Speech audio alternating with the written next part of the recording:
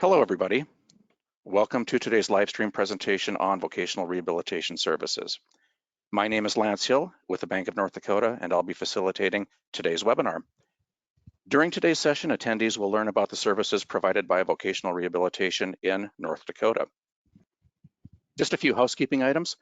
In the menu of the webinar, there's a Q&A function that we encourage you to use if you have any questions or comments about today's topic. We will answer those questions at the end of the webinar, but please, as you're thinking of them, put them in there so we have them ready to go. We are very excited today to have three panelists. First of all, I'd like to introduce Mercedes Drexel, who lives in Minot. She began her career as a social worker with a nonprofit working with people who have diverse abilities. She earned her master's degree in rehabilitation counseling from the University of Kentucky in 2018 and is a certified rehabilitation counselor.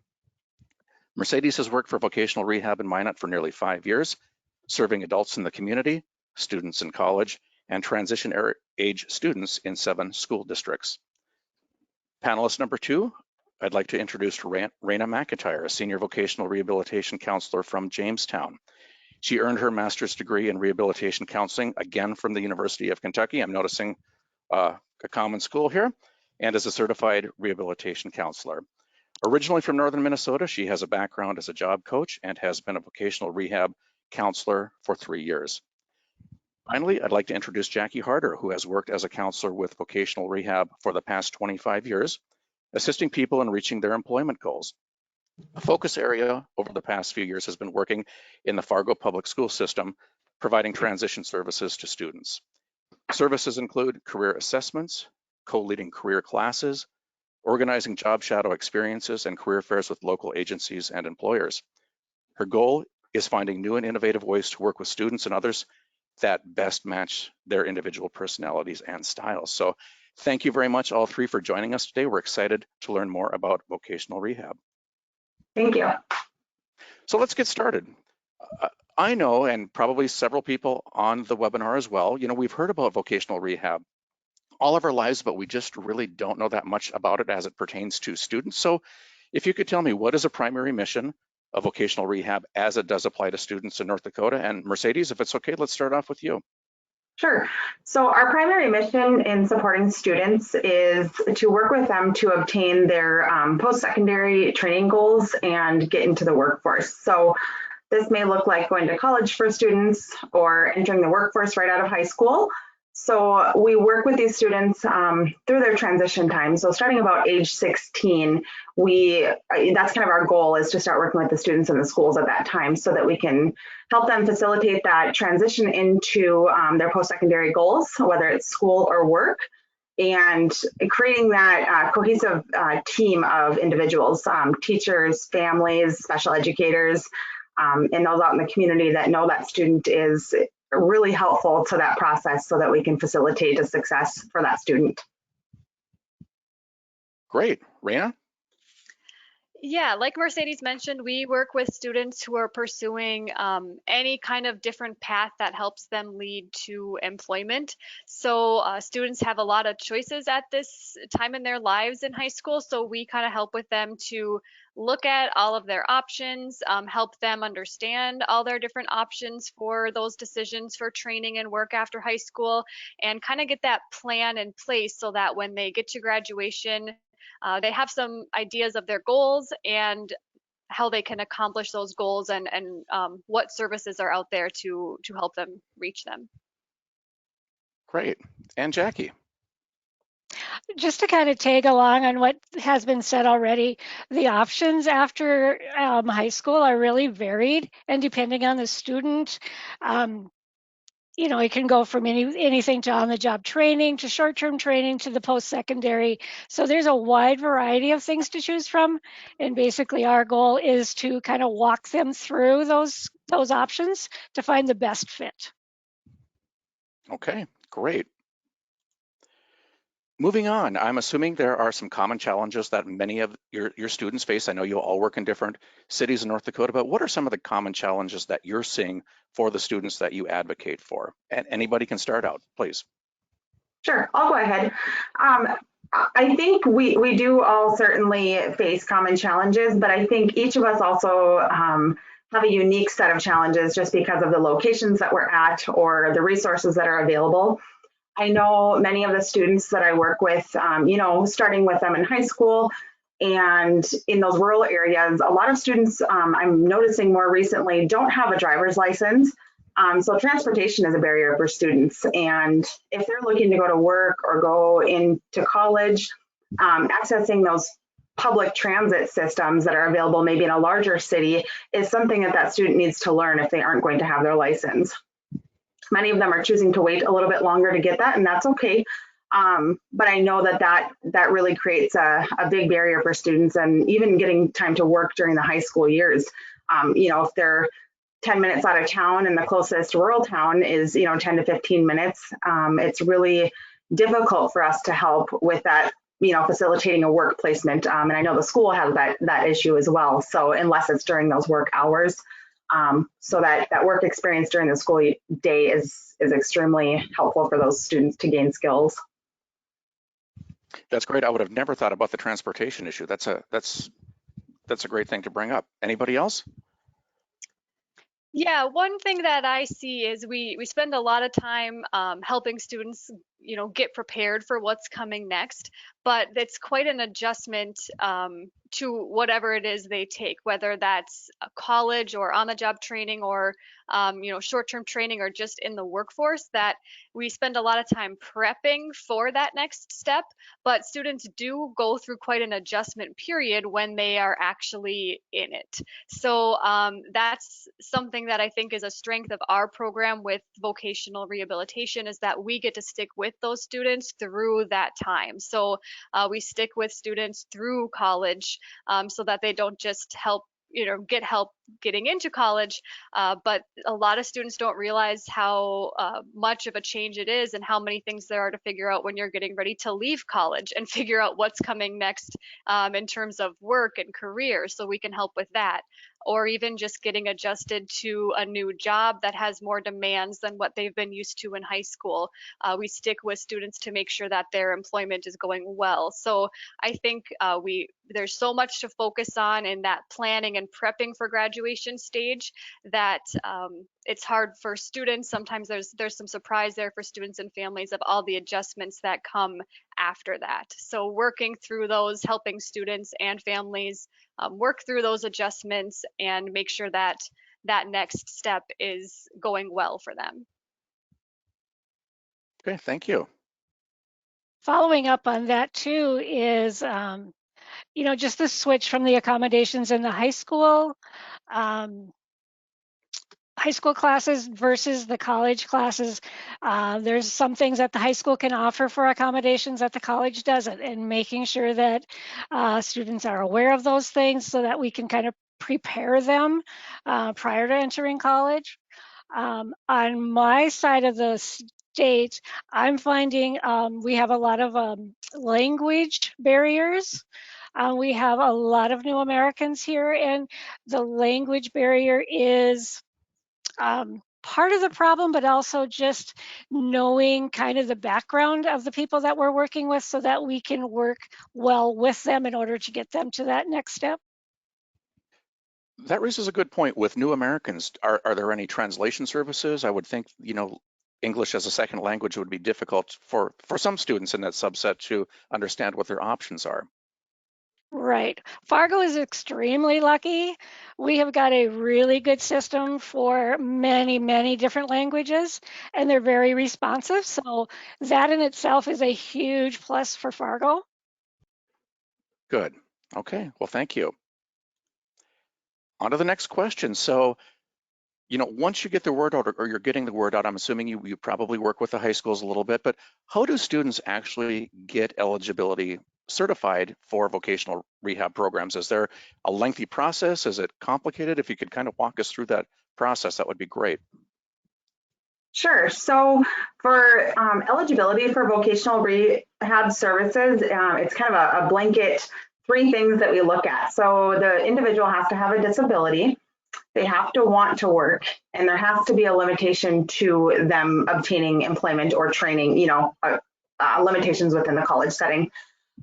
So when we're looking at students, oftentimes we get our referrals through maybe the special educator, the counselor, the principal, whoever it might be. You know, each school is a little bit different on how they handle those referrals. But I think it's important too that we capture all those students through those guidance counselors and maybe other services within the school, because there are students who aren't receiving support through like an IEP or a 504 that may need to go through there with that service. So we can refer out to get evaluations done.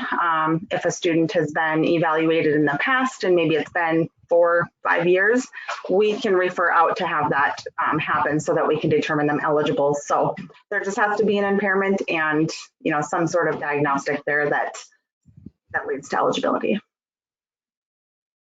Great, thank you. Anybody else?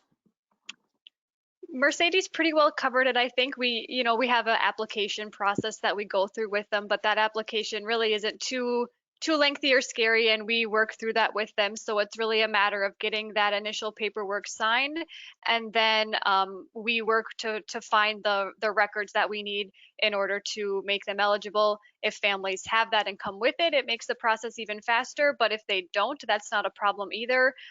We can get those on our own. So really the first step is just to get that paperwork started so that we can start getting in the records, and it's not too complicated of a system, no. No, and I think you make a good point, Rena. Having the parent involvement, especially if, you know, when that student is under 18, is critical, because we cannot process the application itself until we have a parent signature. So that's really that first step, is getting that done too, so we can move forward. Okay, good advice. As a Next question. side note too, that just a quick question or a quick comment, kids that are learning at home or being homeschooled are also eligible for the program if they have the disability. They might not be on an IEP through the school or a 504, but they're certainly eligible to apply. Do you find that most homeschooled students are aware of the services? How do you get the word out for that demographic? On occasion, they have been part of a school system at one time and may have some contacts in that capacity. But no, it is really, we don't really have a good pattern for, you know, accessing those at-home students. It would be something that we would, you know, definitely want to work with. Sure. But yeah, I just don't think that I have a good system in place to like capture some of those kids. Well, even with our live stream, getting the word out, that can be half the challenge right there. So that's good to know for the homeschool students. Okay, next question. What are some of the services you offer eligible students? I know there's a vast array of different services that are provided. Some schools may be different than others, but could you give us, in general, what are some of the options that students may have depending on their needs? You got this, Rena.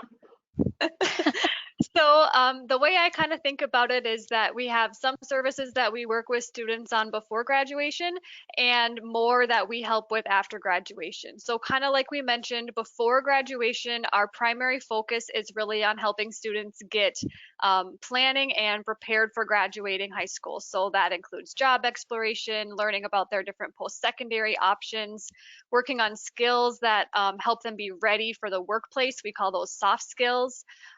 You know, self-advocacy, getting experience working, those types of things to help them make those decisions and plan for after graduation.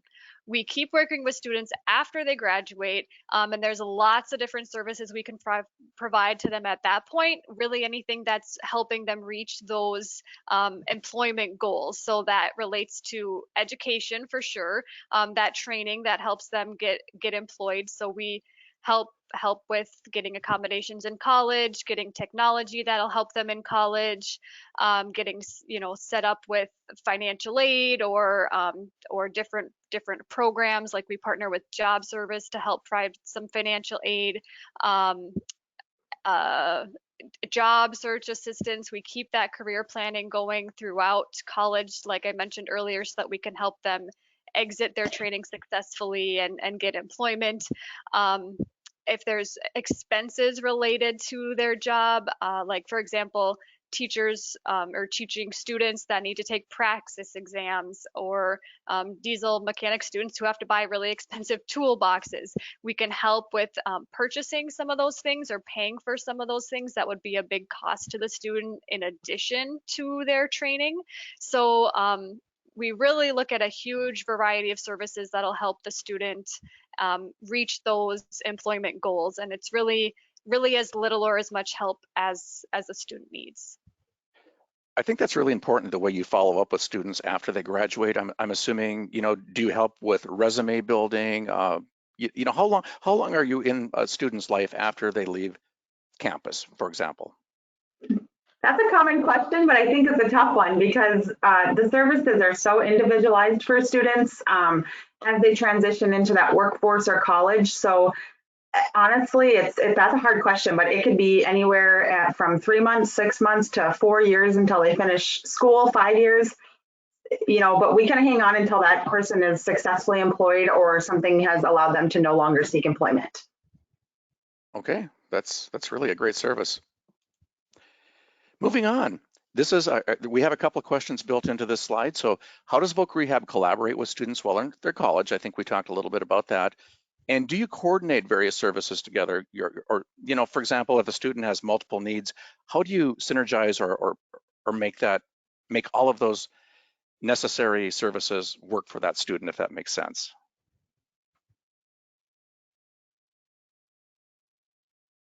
So we do work Jackie, you want to go? Go ahead. Go ahead. We do collaborate with students in college on various levels. When they're attending school, again, this just goes back to those individualized services and what that student requires. Something like, it's very common for a student to maybe need classroom accommodations for maybe testing or note taking or getting lectures recorded, some of those things that are pretty basic that we can help the student assist is getting them connected with disability services at the school.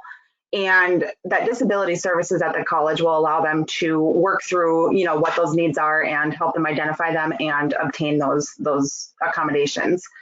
Students that may have physical barriers or visual barriers, different limitations that may be more on the physical aspect versus cognitive, there are a variety of services that we would connect them with as well. We do have vision services for all individuals, but for a student that may have a visual limitation, there's mobility training. There are ways to connect them again with back to disability services to coordinate those on-campus services. As far as jobs go, that's kind of where we come in to help coordinate with the employer so that that student or individual can be successful on the work site. Excellent. And just a reminder to our audience, if you have any questions you have for our panel, please input those as you think about them, but we will move on to the next question. So drilling down to the state of North Dakota, could you give us an example of about how many students you touch in an average year? And, we've talked about the various services and capacities you can help people out, but what kind of an imprint does vocational rehab have on the citizens of North Dakota that need these services? Mercedes asked this question to our central office, and we got a detailed answer, which I'm not going to go into. Okay. But at the very end, he kind of summarized it, which was very nice. And he said about 25% of our caseload currently are students, and about 16% were post-secondary students. And that was as of one given snapshot of the year. So it changes, obviously, but as of right now, that's kind of where we're at. And we serve, okay. Yep, and the number, at any given point in time, we serve about 2,000 individuals across the state. So, we have a fairly large portion of those individuals that are high school students in college. And I know, some counselors, provide services strictly to high school students, and then follow them through that transition to college. But Jackie, is your caseload primarily students? No, it isn't. Not anymore. It used to be, but no, I have a chunk of my caseload as transition. but I think we've all been given more general caseloads, so we're working with other people as well. And within the Fargo School District and West Fargo, we basically have one counselor per school because of the numbers of students. Yeah. Okay, great. Well, I am currently not seeing any questions, but I do have one kind of catch-all. Is there anything that we may have missed that we haven't discussed that you would like our audience to know about the important services that Voc Rehab provides to our students specifically in North Dakota? One thing that I like to bring up that I don't think we really touched on, but is just a reminder that our services are confidential. So we talk a lot about how much we like to help coordinate and get connected with schools and businesses and jobs and that kind of stuff, which we absolutely do. But we don't do any of that without, signed and explicit permission from students to do that. So we do work with students who maybe don't necessarily want us talking to their student services center at their college. They want to do things a little more on their own, or they want to work with us behind the scenes, and that's absolutely okay. Even high school students I've had referred to me in the past by counselors, but who would prefer not to meet with me at the school during the school day, so we meet at my office instead. Those kinds of things. So just as a reminder that if someone is interested in services, that they are confidential, that they can meet with us privately, they can meet with us outside of school, that if you are going to college, you don't go with a label as a Voc Rehab student or anything like that. What students decide to share about their involvement with us is totally up to them. Great. Jackie, Mercedes, anything you'd like to add? I think with our concentration on transition students, I think employers, at least in the Fargo area, are very willing to open their doors to like some job shadows and just some informational interviews. With the workforce just changing a little bit, I think their focus too has become on what's coming up through the pike, what's coming up through the training systems. To look at potential employees down the road. They've been very open, at least around in our area. And, from another thing I was thinking of as you guys were talking, those are excellent points. And I think also for, those in the audience that are working at the schools, counselors, special educators, taking advantage of those pre-employment transition services that are in the schools. We contract, in Minot, we contract with the Center for Independent Living, and then also another provider that provide that service to the students on a monthly basis within the school. So they're kind of helping us to do our job. So they're helping with some of those job readiness skills and training, and we can coordinate with them to provide maybe more individualized services to the student as well, if a student really just needs a little bit more providing. So I think that that's important for schools to know too. The ones I work with, I know, are excellent at making sure that those students are captured in that, and that helps us to get in contact with those students who may not be referred to us, on a regular basis. So. Okay, great. We do have a question that just came in. It goes like this: what disabilities qualify for a student for some of the services that Voc Rehab provides? Could you give us some examples, please? Yeah, that's a great question. So we use that term disability really broadly. So what we're looking at is some kind of diagnosis of a physical or mental impairment that can be, we see a lot of ADHD, a lot of mental health, anxiety, depression, PTSD, any kind of cognitive, like a learning disability or an intellectual disability. We work with students with autism, but also thinking about any of those other kind of more physical or health conditions. We've worked with students who are diabetic, who have any kind of limb loss or amputation, physical mobility impairments, like Mercedes mentioned, visual or hearing impairments. Those are some examples. I don't know if you guys have any I'm missing. Yeah, it's a very broad range of individuals that we serve. And sometimes I think there's a misconception of who those individuals are that we serve, because a student may be on a 504 and receiving very, very minimal in high school, but maybe they're college bound and those license tests are going to be hard for them, or tests in general. And they will not be able to get those accommodations, maybe the extensive accommodations that they might need, like being out of the classroom or getting notes and those kind of things, without some type of, background information on that and referral and recommendations from a licensed professional for that. So, we can help navigate some of that, but it's definitely, I think there's a misconception on who those individuals are, but we serve professionals, we serve those that are maybe going to a day hab program and looking to work just a couple hours out in the community, and we serve all the rest of those in between. So. Okay, well, this has been a lot of great information. I appreciate all three of you being willing to talk to us the last 25, 30 minutes. And just to let the audience know that our next Career Discovery webinars will be held next week. On Monday, March 22nd at noon, we're going to be talking to the North Dakota Army National Guard, who will present. And then on Thursday, March 25th at 11 a.m., we're going to hear from the North Dakota Air National Guard. We'll do a live stream with them. And as a reminder, next week on March 22nd, 23rd, 24th from 9 to noon Central, DACAC, which is the Dakota Association of College Admissions Counselors, is hosting a spring college fair featuring 47 different exhibitors from colleges, military, and career options. So if you haven't already, please head over to careercompass.nd.gov, click on Spring 2021 College Fair, and get started on that. You can also register for these and all Career Discovery webinars on the Career Discovery tab on our Career Compass website. You can also view all previous presentations as well. So again, thank you so much, Voc Rehab, for joining us today. Thank you, everybody in the audience, and I wish you all a good rest of the day. Thank you so much. Thank you. Thank you.